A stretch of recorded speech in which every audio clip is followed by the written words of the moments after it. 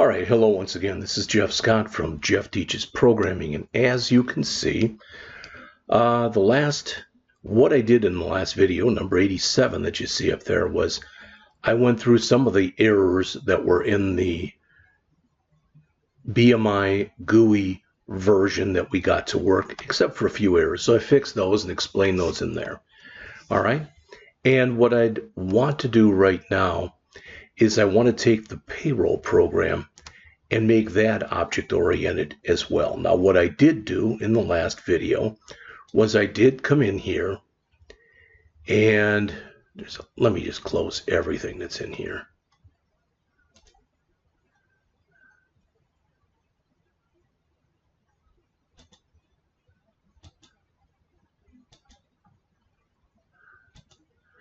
I don't really know what's all open, etc. So I'm just gonna. All right, so I'm gonna start right here. Okay, and I believe this is the latest now, third iteration Pay GUI. And let's take a quick look. It should be kind of that pinkish in color, and it is. Okay, so that's it. All right, so what I want to do is I want to turn this from a procedural-based program to a GUI-based program as well. Hopefully what this is going to start to show you, because we have several forms in here and we're going to create several classes, all right, we want to take the business logic out of our forms. All right, we're going to use interfaces, we're going to use abstract-based classes, we're going to use concrete classes, or at least a concrete class. All right, and we're even going to have, hopefully, some kind of a shared form for navigation and exiting. All right, I want to show you everything that I want to do, and hopefully, at least, I'll even create some comments. All right, so we talked earlier about object-oriented design. So we're going to, in this program, we're going to create interfaces. Remember that an interface defines what something must do, not how it does it, but what. We're going to create one or more abstract classes to share common behavior. We're going to create one or more concrete classes to implement specific rules, in this case about pay. We're going to create one or more base forms to handle navigation between forms and their exiting. All right. What's that going to buy us? I mean, who the heck cares in the end? Well, what we're going to have is an interface-based design with abstract-based classes. This will allow us to use polymorphism. So we'll be able to use a calculate gross pay function, and we'll be able to call it, and the right one will be called based on whether the employee is an hourly employee, or a piece worker employee, or a commission worker employee, or a salaried worker employee. All right. This is going to allow us what's referred to typically as a separation of our concerns. The form is going to be used basically for the user interface only. We're going to pull the business logic out, and we want to take that business logic and make it reusable and make it easy to test. All right. We want to make minimal changes to our GUI, ideally no changes whatsoever. So I'm going to start this. When we did the BMI, we came in here and we created a new library called BMI lib. Well, we've got a person in here, but I don't really want that. And I don't have any payroll library, so I'm going to create that right now. So I'm going to add a new project. It will be a class library, and we're going to call it Payroll lib. Oops.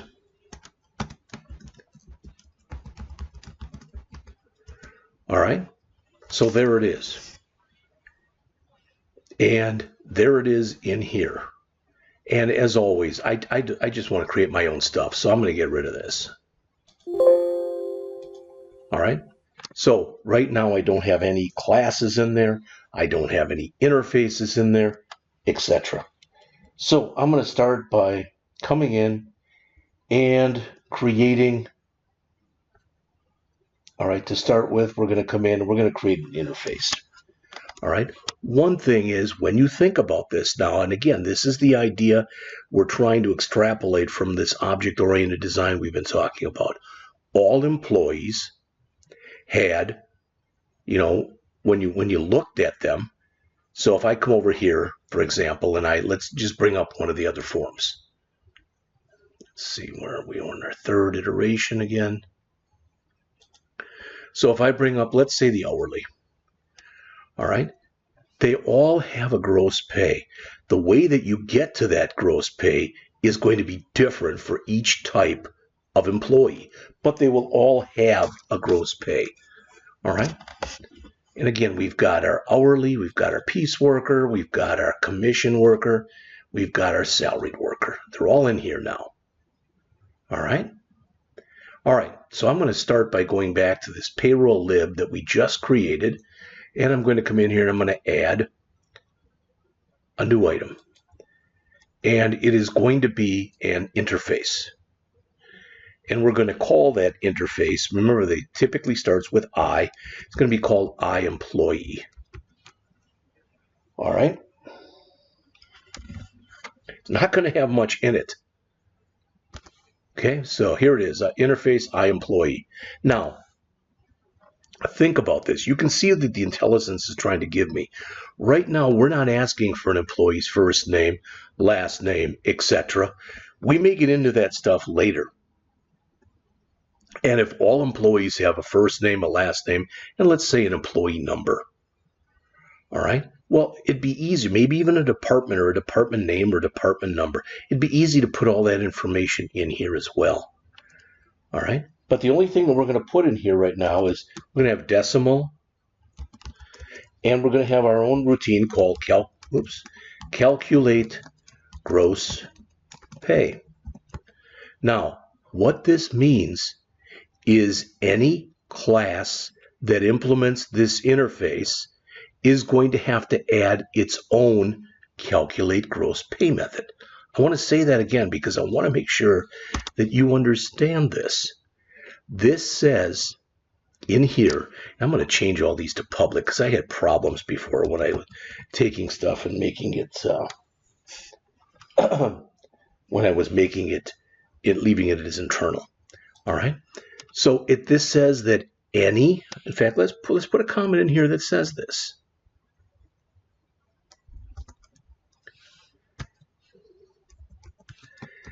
Any class that implements the following iEmployee interface must include a calculate gross pay method. Remember that a method is really, it's a function that's inside of a class. All right. And I probably didn't do as good a job, at least as I could have earlier when we did the BMI stuff, as far as making some comments. So I'll try to be better on that here. So File, Save All, and let's come in with this file and let's do a build, and let's do a rebuild solution. We could just do a build solution. We haven't built it yet, but this should build with no problem. Oh, it says 1 failed. No, it says 43 succeeded, 1 failed. And that's probably one of those older files, so I'm not going to worry about it. This should be fine. Okay, so there's the first thing that we're doing right now. All right. Now, let's come in, and we've now got this. We've got an employee. All right. We've got this, an employee interface. And I'm going to come in here and I'm going to add a new item. It's going to be a class. So I guess we can actually do it like this. So we can add a class. And I don't know if we're going to, well, I'll leave this one up. How's that? But I'm going to call this employee abstract.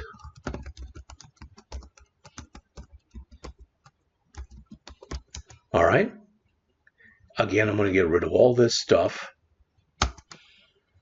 All right, and you've heard this before, but as this is an abstract class, it cannot be instantiated. Which actually, when you think about it, probably makes at least some sense. All right, this is just going to be an employee. We don't know what kind of employee it is yet. All right. So what we're going to put in here, this is going to be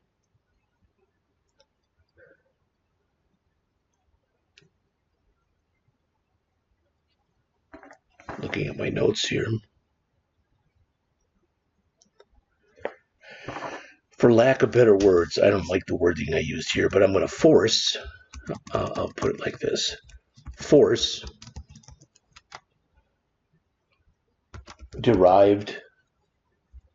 any derived class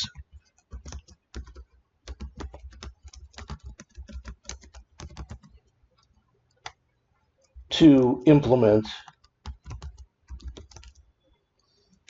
the pay calculation.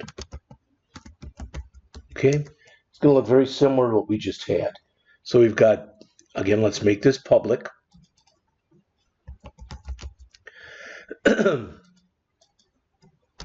And just like before, we're going to say public.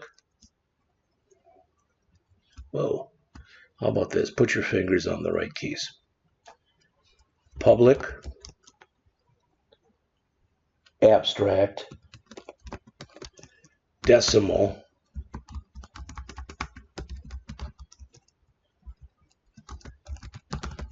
calculate gross pay.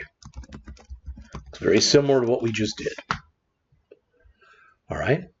Now we're getting an error and it says this is employee abstract calculate gross pay is abstract, but is contained in a non-abstract employee abstract. Well, what does that mean? That means that we have to put the word abstract here.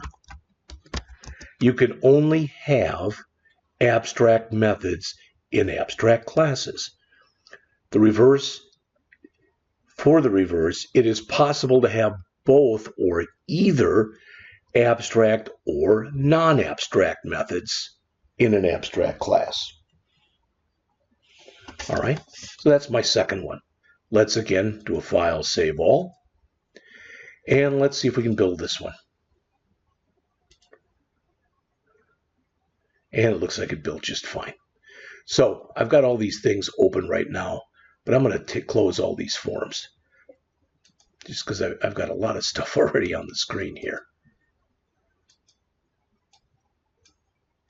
So right now I've got my employee abstract and my iEmployee class. Well, let's come in and let's add another class. Excuse me. And this particular class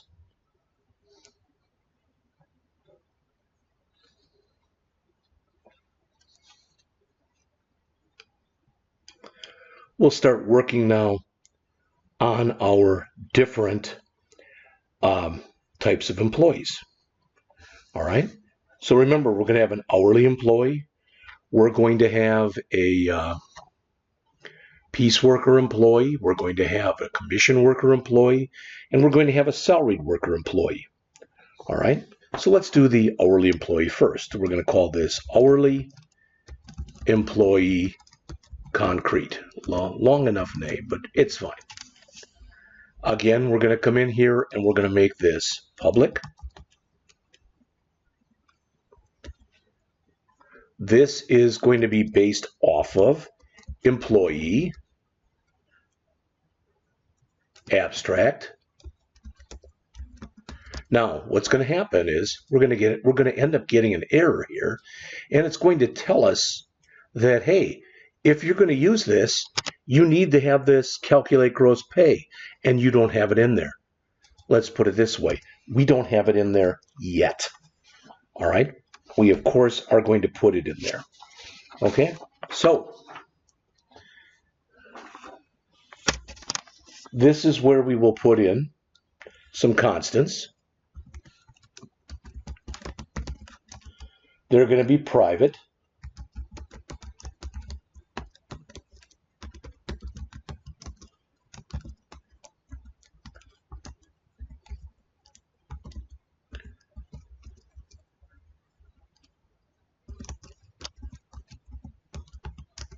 and that's going to be the most hours that you can possibly work without getting any overtime. And we're going to put in something for the overtime rate. Oops.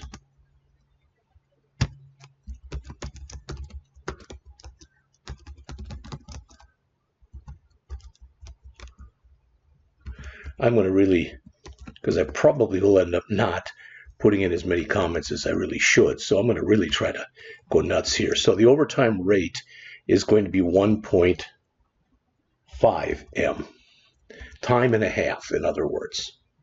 All right. And I made that bigger, had more in it than we had before. All right. So we're going to have in here, what does every employee have? Well, we'll have a public in here, decimal, hours worked, and it's going to be a get and set that we're going to do someplace else. And a public decimal hourly rate. And again, we're going to have the get and set. All right. Now, we want to do an override here. Public override, decimal, calculate, gross pay. And what you're going to see is, since we're doing this now, let's do this, and we'll get rid of that. Oops. There we go. What's going to happen in just a minute?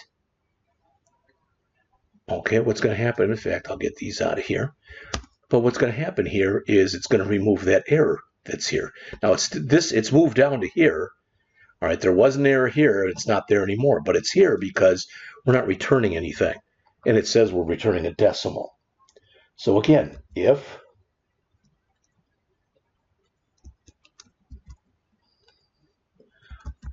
hours worked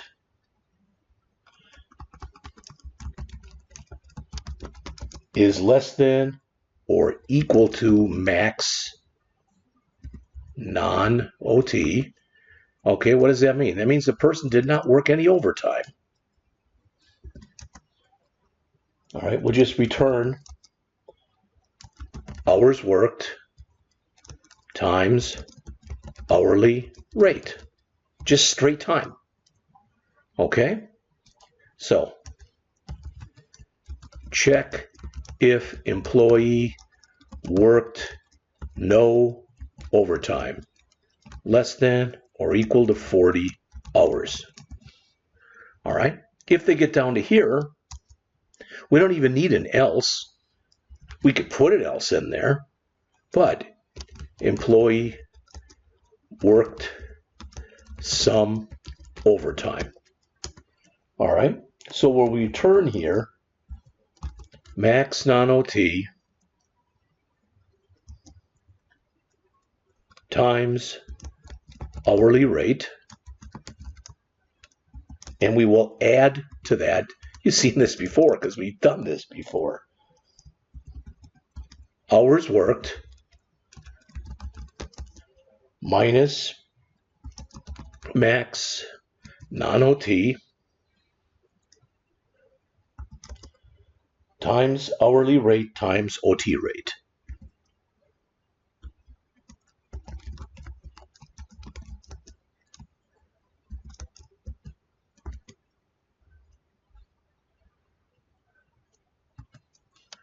All right, semicolon there. So think about what we just did here. All right, we took the logic that we had, again, we took the logic that we had in the form itself, we're pulling it out, and we're putting it here in the class. And really, this is the only logic that an hourly employee has right now. That is, did they work? If they work less than or equal to 40 hours, it's straight time. So their gross pay is just going to be hours work times hourly rate. If they work some overtime, then it's going to be straight time for the first 40 hours and time and a half for what they worked over 40 hours. And hopefully that makes some sense. All right? So that's the first one. So file, save all. Let's see if we can build this one.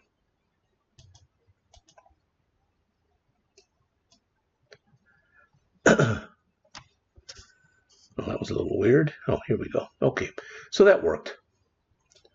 All right, so that was hourly employee concrete. So let's make another one. This is going to be piece worker employee concrete. All right, again, did we make that one when we did that? Did we make this public? Yes, we did. Good. Because we're going to make this public. Okay, get rid of these. All right. Very similar to what we did before. All right.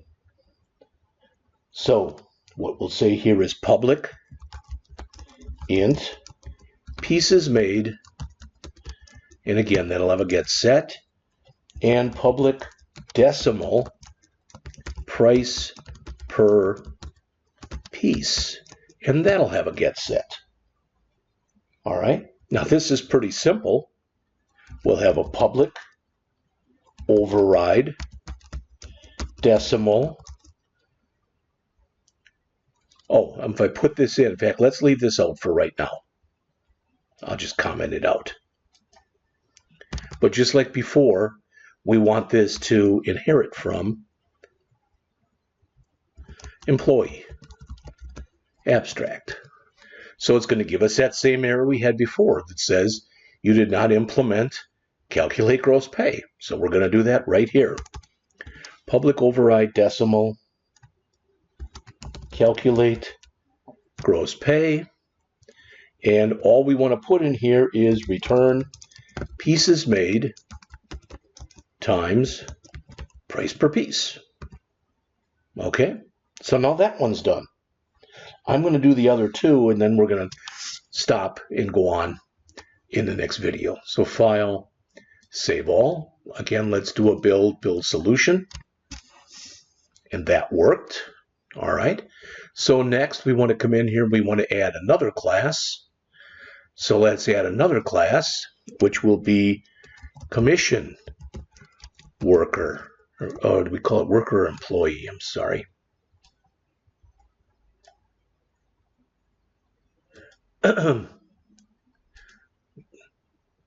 Employee. I like to be consistent with what I'm calling this stuff. It just makes it easier for everybody, including me. So this will be commission employee.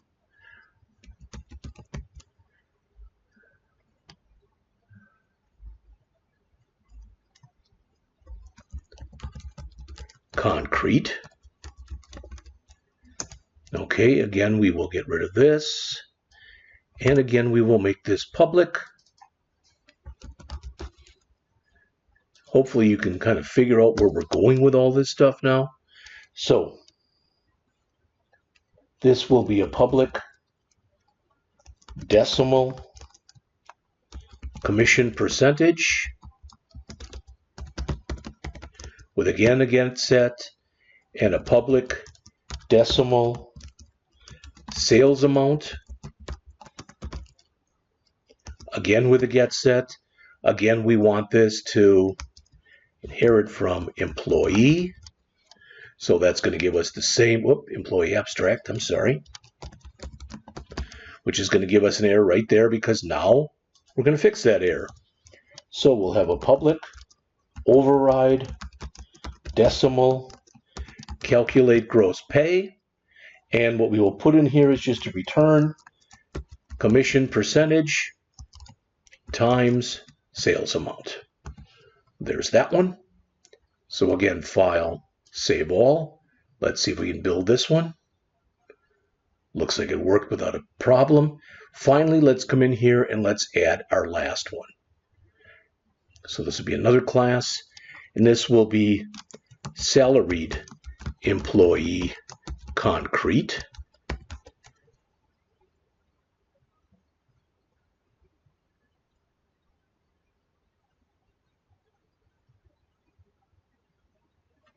All right. I've done this enough times now that hopefully you can figure out exactly what I'm going to do here.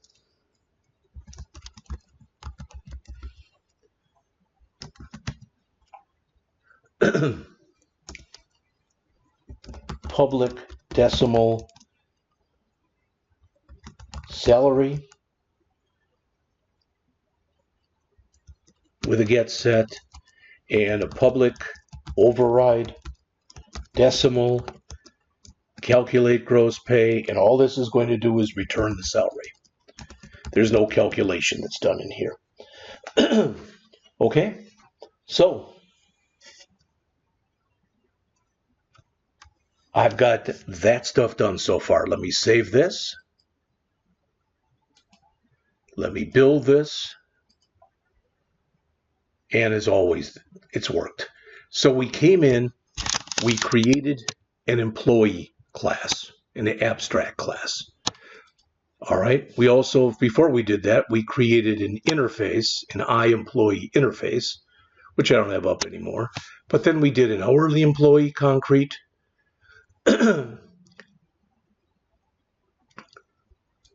We did a piece worker employee concrete, a commission worker, a commission employee concrete, and a salaried employee concrete. So that's where we've left it right now. We're not done, of course, but we've got a good start.